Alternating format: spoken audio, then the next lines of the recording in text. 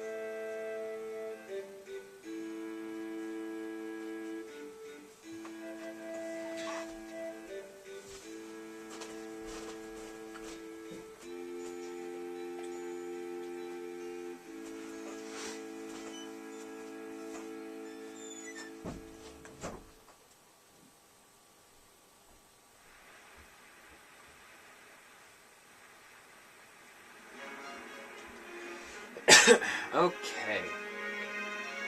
So maybe if you're just looking for something to do on YouTube, if you're interested in watching this, or maybe you've never played the game before and you need kind of like a walkthrough besides online words, because that's kind of hard to see, or you just don't have the cheat book, then here you go. This is your first time seeing the game. So this is where we begin the game, Outset Island. And that would be Ariel, none other than Link's little sister. And that is our dashing hero in his pajamas with a lobster. with, like, the most yellow cheddar cheese hair I've ever seen. That is like the color for cheddar cheese on a head. It's like you took like cheddar cheese, melted it down like so perfectly that it won't melt any further, and it's shaggy enough to be hair, and you put it on Link's head. They almost did the same thing with Ariel, except her hair is a little more bleach. Sort of. Except there's an awkward parting at her head on either side. Wow, it's our birthday. Oh yeah, and Link has a grandma in this game too. Aw, you only have 2 people in your family, Link. Okay, so gonna go over basic controls. Oh man, my camera is right now on inverted. Oh well. Okay, so obviously control stick is moving around. A is your general like action and jumping off ladders like I just did there. A, you can attack. Oh, I just fell off and now I'm swimming. That thing on the bottom right is your air. Camera, kind of self-explanatory. A, if you press it while you're moving, you'll do an attack, and which is pretty good for getting around fast. I want to see if I can switch. Hold on. I can't. I don't know how, and there probably is a way to fix my camera, but whatever. If you move while pressing A, you'll do an attack. B will eventually be your sword. Y, Z, and X are your other optional items. R is crouching, crawling, well, that's not targeting. L targeting, obviously, by holding L. D-pad is your map. Up and down will be other things later. If you've never played a Link game, then the currency is called rupees, which I highly recommend getting as much as you can. Blue is 5. Yellow, which is this one over here, is 10. Red is 20. Green, the classic green, is 1. Purple tends to be 50. And sometimes there's silver ones in some version, which sometimes are 200, and sometimes orange is 100. I feel like I've played at least one Link game where that's actually backwards, where silver is actually 100 and orange is 200. That would be 1. And I highly recommend like breaking any pots you see, and I'll probably be like one of those people, and yes, I think you guys know what I'm about to talk about here, but I'm probably going to be one of those people who, like, even if I have, like, a maxed out wallet, or, like with everything full, or if I have, like, all my hearts full, I'm still going to grab the hearts.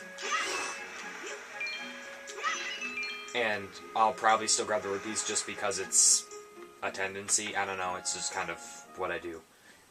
I'm sure I'm also speaking for, like, a bazillion other people out there, and no, that's not a number.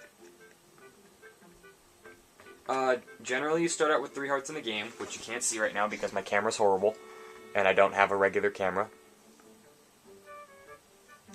Okay, talky talk. We're getting our clothes here. I'm gonna try and fix the camera while I do this and not make it horrible for you.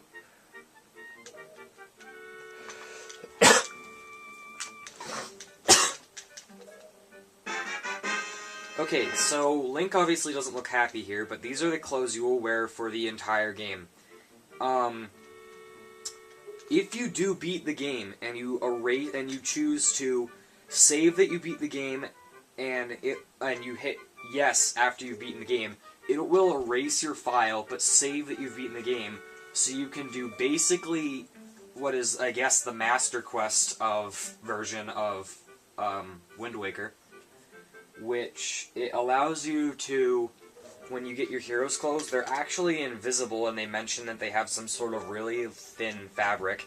So, technically you're wearing the hero's clothes, but it looks like you're in your pajamas the entire game. So what I was wearing when I just started, that's what you wear the whole time. That is right now what you wear the whole time right here. Also, if you have, I believe, it's either the Picto Box or the Deluxe Picto Box by the end of the first quest, and you erase your file but also save that you beat it after you beat the game, you get that at the beginning of the game. And I believe the enemies are a little harder, and some of the puzzles, I think, are a little different. Oh, Ariel also has different clothes as well. That's something later. You still can't see my hearts. You guys are going to have to deal without seeing the bottom of the screen very much, because some people I know like to keep track of if I'm dying or not. Or if just their person they're watching is, like, about to die. Okay, let's get this out of the way and learn about L-targeting. That is how you L-target. Okay, L-target. Generally, you can do an action after you've L-targeted. I can't get any stuff from that yet. I highly recommend getting as many rubies as you can, or rupees. I'll probably say rubies a bazillion times. Only because when you can get the, there's a certain letter that, in the mail that you have to get to beat the game, which is, it costs 201 rupees, which is really awkward, but it does. And, you can only go to, I believe it's either 99 or 199 with the first wallet, and if you don't find the second wallet, you can't beat the game, because you have to get this, map, because you have to go, it's the Tingle map, which allows you to go to Tingle Island, or no, excuse me, I believe it's the Amazing, or the Incredible chart, which allows you to find all of the Triforce charts, and without it, you can't beat the game. I'm sneezing. Oh, my gosh. Excuse me. I have a cough too, so pardon me. And we got the telescope. I believe, in my opinion, this item is pretty much useless except for, like, I don't know, there's like 3 things in this entire game that I think it's useful for. One is what I'm about to do, which is the only time you can do it.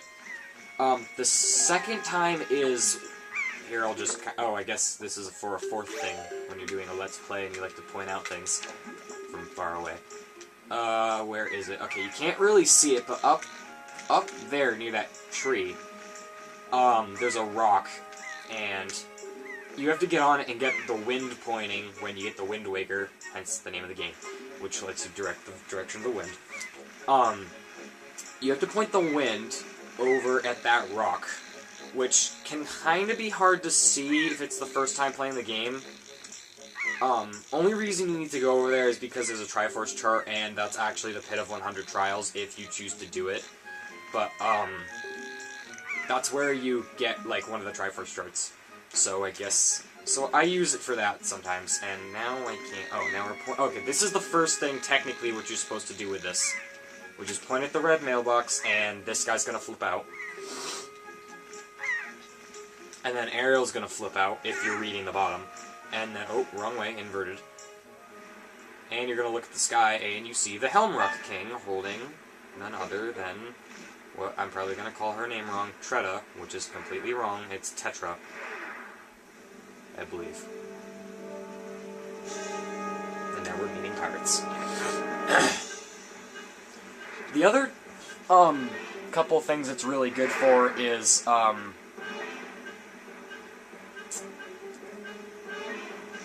I would say it's really good for, finding, like, seagulls in the ocean when you're looking for big octos later in the game. I would say that's probably the 3rd thing.